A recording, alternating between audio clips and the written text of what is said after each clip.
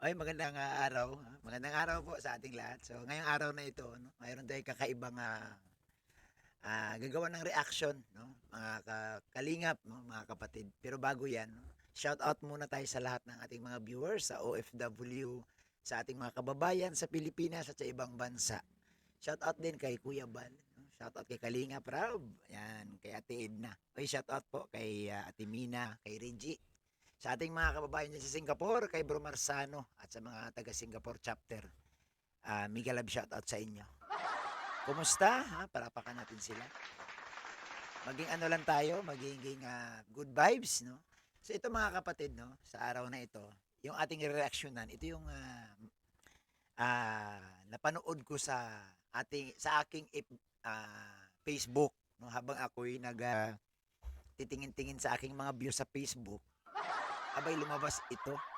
So sabi ko, ah, gawa natin ng reaction ito, no? Kung ano nangyayari. So, ito po, panoorin natin, no? Panoorin natin ito. Si teacher.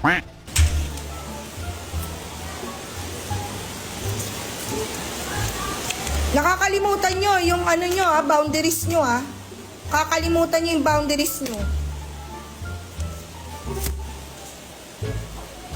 Una sa lahat, hindi nyo kami binabayaran dito para magtau-tauhan at gawin yung robot at gawin yung katatawanan sa harapan.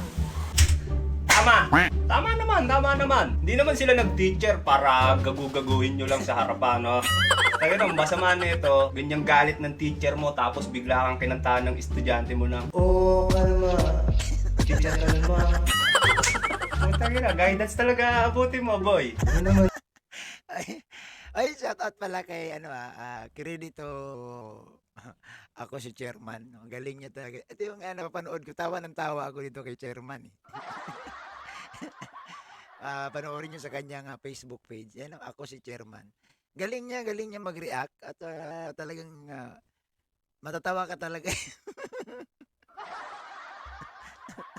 Ay, tuloy pa natin. Tuloy. Tuloy. Pangalawa, hindi ako nag-board exam para lang hindi irespeto ng mga katulad yung wala pa lamang nararating sa buhay. Ang kakapal ng mga mukha nyo. Ang kakapal ng mga mukha nyo. Paul ba yun? Depende. Sa akin ko, ako yung estudyante. Okay lang naman sabihin na kung makapal talaga ang mukha ko. Kung makapal talaga mukha. Kung Ito mga kapatid. Ano kaya nangyari dito, no? Sa tingin ninyo mga viewers, no? May problema ba si teacher? Bakit ganito yung kanyang ipinakita? At ang higit sa lahat dito, no, na naka-live pa siya sa Facebook. Anak ng sinugbang tulingan ito. Alam mo, hindi niya ba alam na naka-live siya at ito yung kanyang ipinapakita? Nako, ma'am, dali ang lahat ng teacher dito. Tama ko na to. Pero unawain din natin si teacher. Ano kaya yung hugot niya dito? Mayroon ba siyang problema? Na-stress ba siya? Ano ba ang nangyari, no? Ito tuloy natin. makapal talaga ang mukha ko, di ba? Depende. Kung makapal talaga ang mukha mo, dapat na sa'yo yun. Tigas mukha mo eh. Tuloy, teacher. Sorry, teacher. Tuloy. Di nyo nga kaya buhayin yung mga sarili nyo? Di kayo marunong rumispeto? At saka dito makita mo, grabe yung mukha ni teacher, galit na galit. No? Na parang gustong manakit. No? Sa tingin ko ito pag-usapan natin ng konti. Mukhang si teacher napuno na, no? Bilang isang guro, no? Siyempre mahirap, kagaya niyan. Kung example lang naman ito, no, opinion ko lang ito. Kung gaya niyan, kung stress siya sa pamilya niya, kung may pamilya siya, kunyari, yung kanyang mister, tuwing uwi, lasing. Tuwing uwi, nagmamaoy. Siyempre doon pa lang sa tahanan mo, stress ka na, no? Plus pang ipaghain mo pa si mister mo. Plus pa na ayusan mo pa. O doon pa lang na-stress ka na. Tapos pagdating mo sa school, salubungin ka na ilang estudyante yan, palagay mo na lang 40. Sasalubungin ka ng ingay at hindi nakikinig sa'yo, idagdag mo pa yung stress galing sa bahay mo. Ito na. Pumutok na si teacher. Pumutok na si teacher. Dito sa nakikita ko, parang hindi siya nakapagpigil eh. No? Hindi siya nakapagpigil. Ang masakit dito, naka-live, kaya tuloy, nag-trending itong video ito. Tuloy natin, tuloy natin.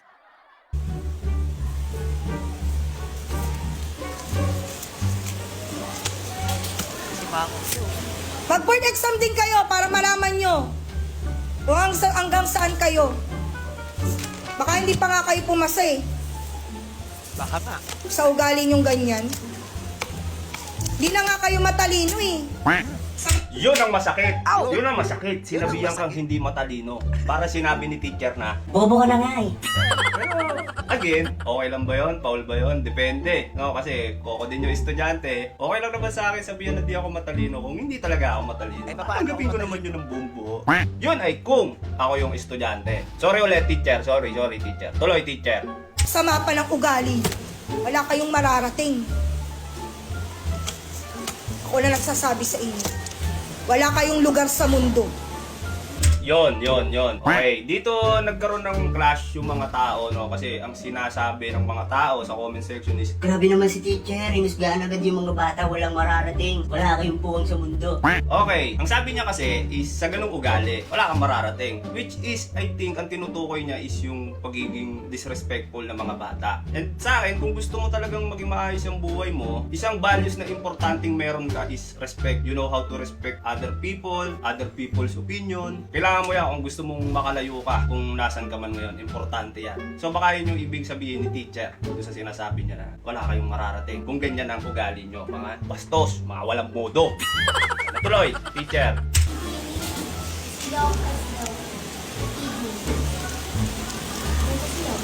Bumaba ka na doon! No, grabe ang ano dito ni teacher, grabe yung kanyang hindi niya na-manage yung kanyang sarili, no? Yung kanyang anger management na wala. Tingnan mo yung mga mata ni teacher nanlilisik. Tuwing may magtatanong, sinisigawan. So dito talaga makita mo talagang mukhang hindi na talaga niya na-control yung sarili niya. Ano sa kayo mga viewers, kung kayo ang magulang, no? Kayo ang magulang ng mga batang ito na nandito at ito makita mo sa harapan mo, makita mo sa cellphone mo na ganito ang asal ni teacher at isa sa mga anak mo kasama, no? Sa mga walang hiya, wala kayong mararating. Ano sa tingin ninyo? Di ba parang, tika lang. Ang sakit niya na. No? Tika lang, mukhang masakit yan. No? Pero ang nangyari, siguro, no, ito yung malaking no, malaking wake up call sa mga guro. Yung bang ay saludo tayo sa mga guro, no? Palapakan natin sila. Pero siyempre tao lang din, no? Sa kabilang banda, no, bibigyan ko din ng si teacher, uunawain ko si teacher. Na-stress siya. Pero sa kabilang banda, mali, no? Mali kasi ang pag-teacher, ang profesyon na teacher, hindi yan one day, 1 year lang eh. Taon ang pinagdaanan. Inihanda mo yung sarili mo, ipiniprepare mo yung sarili mo para magiging dyan. Kumbaga, dumaan ka sa matinding proseso. Diba? Lalo na ngayon, sa panahon ngayon, ibang-iba na ang mga bata. Noong araw, maari pa, no, na makuha mo sa eye-to-eye contact. Ako, noong araw, pag tinitigan ako ng teacher ko, takot na ako. Nayuko na ako. Ngayon, titigan mo yung teacher, titigan ka din. titigan mo yung mga bata ngayon, titigan ka din. Kikindatan ni teacher, kikindat din sa kanya. So iba po ang pamantayan na ngayon ng mga bata. Noon talaga grabe. Grabe ang respect sa teacher. Grabe ang takot sa teacher ng mga bata. Ngayon, sa panahon ngayon, hindi mo na pwedeng takot. Hindi mo na pwedeng kurut-kurutin. Dahil sigurado ako, madidip-ed ka. madadala ka sa presinto, madadala ka sa barangay. Magkukumplit ang magulang eh. Sasabihin ng nanay, hindi ko nga yan kinukurot sa bahay, hindi ko nga yan pinagsasabihan, tapos ikaw, ganun-ganun na lang. So, ibang-iba ngayon. Ito ang hindi naisip ni teacher. No? Hindi niya naisip ito. Siyempre, nawala na nga siya sa kanyang wisyo eh. Wala, init na ng ulo, galit na yung nandoon sa kanyang isipan, sa kanyang puso, na gusto niyang ilabas. So dito po, punong-puno na talaga si teacher. Tuloy natin ha, tuloy natin. Tatawa ka pa? Oo. Pati pagtawa, bawal. Grato. Yun pa yung isa, ingrato. Dito, isa pang nagalit yung mga tao, no? Kasi parang minura daw yung mga bata. Sa mga hindi ho nakakaalam, yung salitang ingrato ho, hindi ho yun mura, like putang ina mo.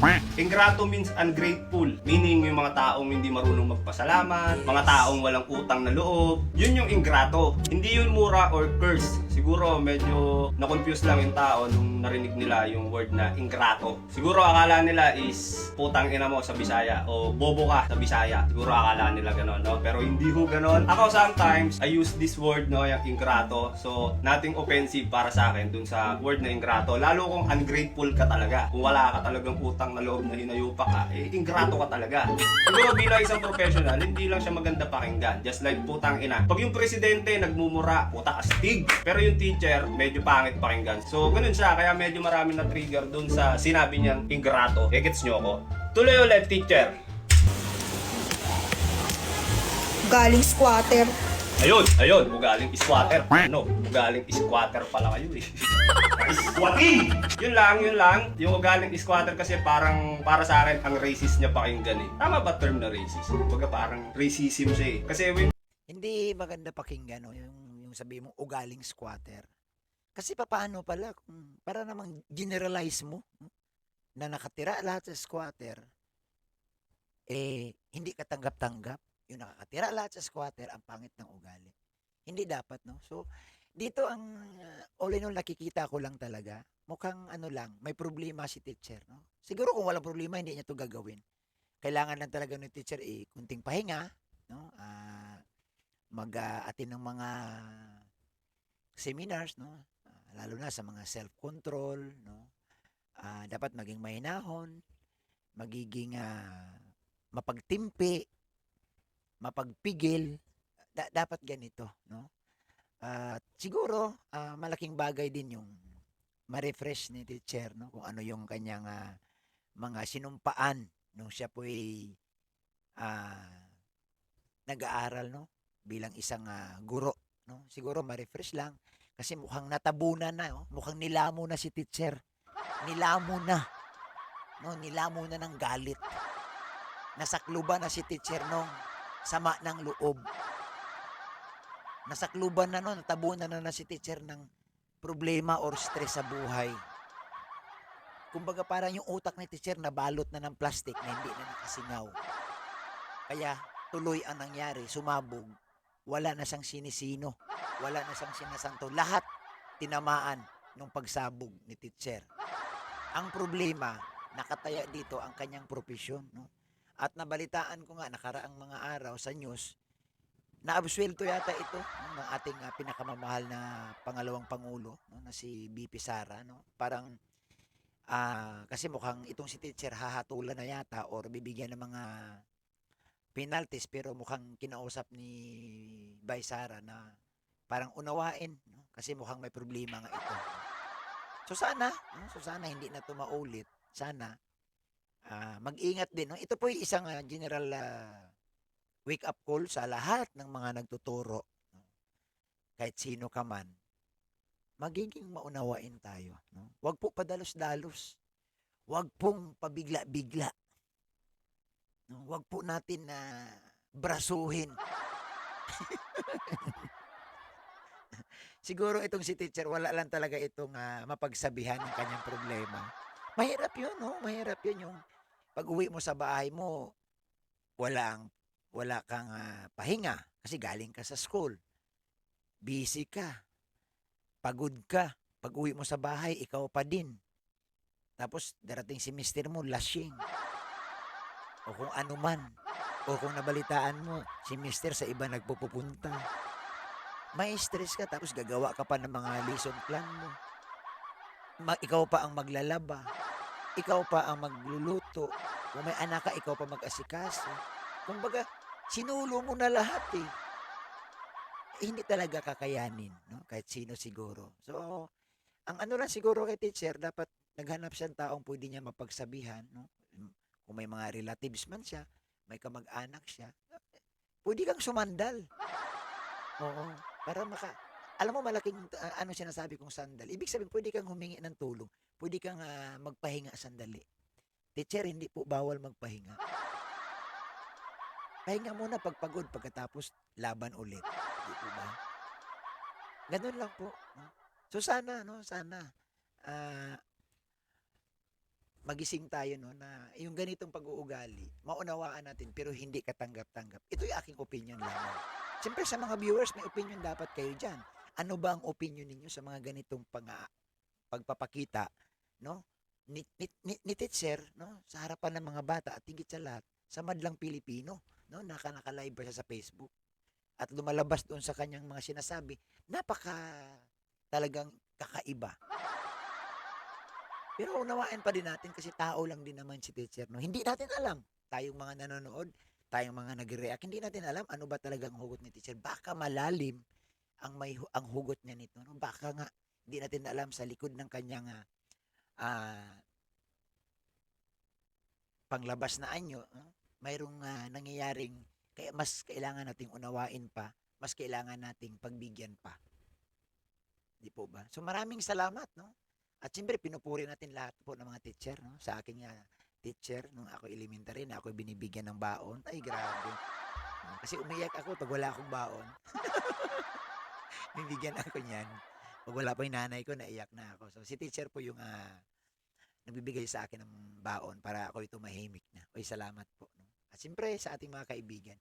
Oy, maraming salamat sa inyong lahat. Pakishare ang ating video. Makakatulong po ito sa lahat. Comment kayo diyan sa ating comment box, no? Comment kayo ano ang inyong reaction. Pero sana, no, yung ating mga komento, naaayon po sa issue.